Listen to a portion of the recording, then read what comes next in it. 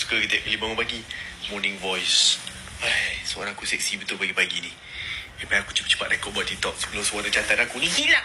Alah sial lah. Takkan aku nak buat TikTok. Sempat rakam tapi tak sempat rakam kan? Apa dah bukan? Morning voice. Aku rasa semua jantan kat dunia ni pernah merasainya. Betapa seksinya suara kita ketika bangun di kala pagi. Suara kita umpama ramli strip. Oh, teratai bunga indah. Engkaulah. Kenapa boleh berlakunya morning voice untuk lelaki? Sebenarnya kan dia tak ada proper explanation for this, tetapi there a few theoretical yang boleh explain kenapa. Tapi sebelum tu aku nak bagi tahu macam mana suara boleh terhasil. Dan kenapa suara aku lain, suara hang lain? Dan kenapa suara hang sengau, suara aku okey? Satu je, disebabkan oleh getaran udara dekat kawasan sini. Yang ni lah peti suara yang hasilkan suara korang.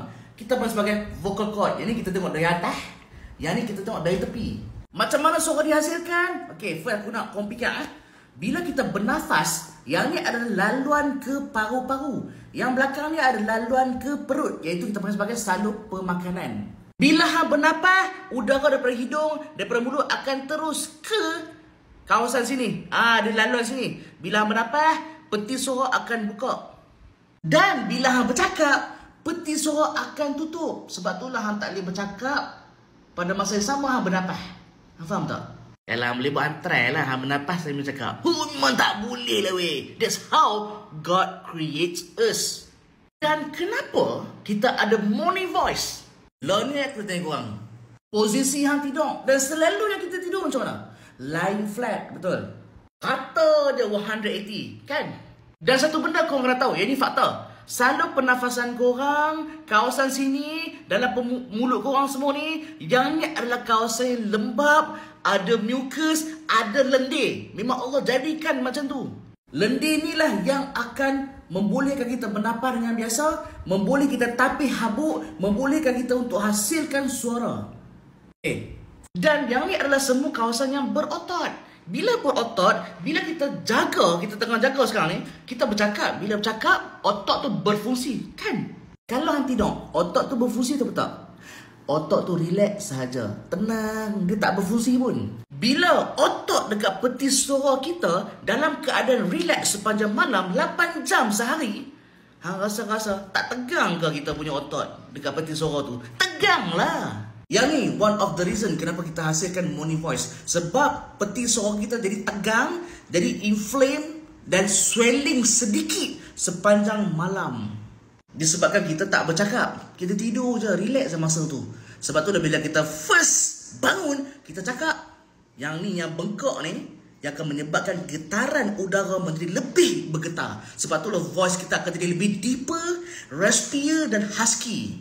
The explanation behind this adalah getaran udara hasil daripada tegangnya otot peti suara ni menjadi lebih kuat. Sebab tu hasilkan suara yang lebih dalam, deeper voice.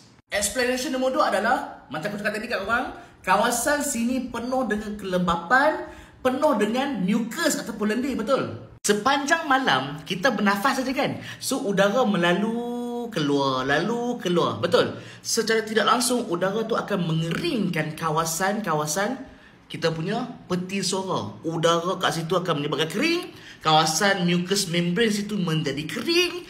Secara tidak langsung bila kita first bercakap waktu pagi, kawasan kering tu bila kita start cakap, dia akan hasilkan deeper voice. Faham tak? Kawasan sini semua jadi kering. Padahal dia sepatutnya lembab. Tapi bila hang tidur, hang tak gerakkan otot peti suara, tu yang akan jadi kering. Dan explanation nombor 3 adalah kawasan sini penuh dengan salur darah. Lah ni aku nak tanya hang, sebelum hang berjogging, sebelum hang buat exercise, hang buat apa? Hang buat warm up kan, stretching kan? Stretching warm up tu untuk apa? Untuk regangkan otot yang gerah. Betul? Sama lah macam otot ni waktu pagi. Bila hang start nak bercakap, dia tegang, dia kerah waktu malam. So bila hang dah start bercakap, lama-kelamaan otot ni akan jadi regang, lembut dan kembali kepada suara yang asal. Kenapa suara husky? Sebab kawasan ni tegang, macam first explanation aku tadi. Bila hang bercakap lama-lama, secara tidak langsung hang dah warm up kan vocal cord. vocal cord korang menjadi lebih lembut dan hasilkan suara yang sepatutnya suara korang. Sebab tu lah kalau hang dengar mula-mula suara dia suara raspier, husky, tetapi lepas a few minutes dikembali kepada normal punya suara sebab vocal cord dah menjadi lembut. Itulah explanation dia.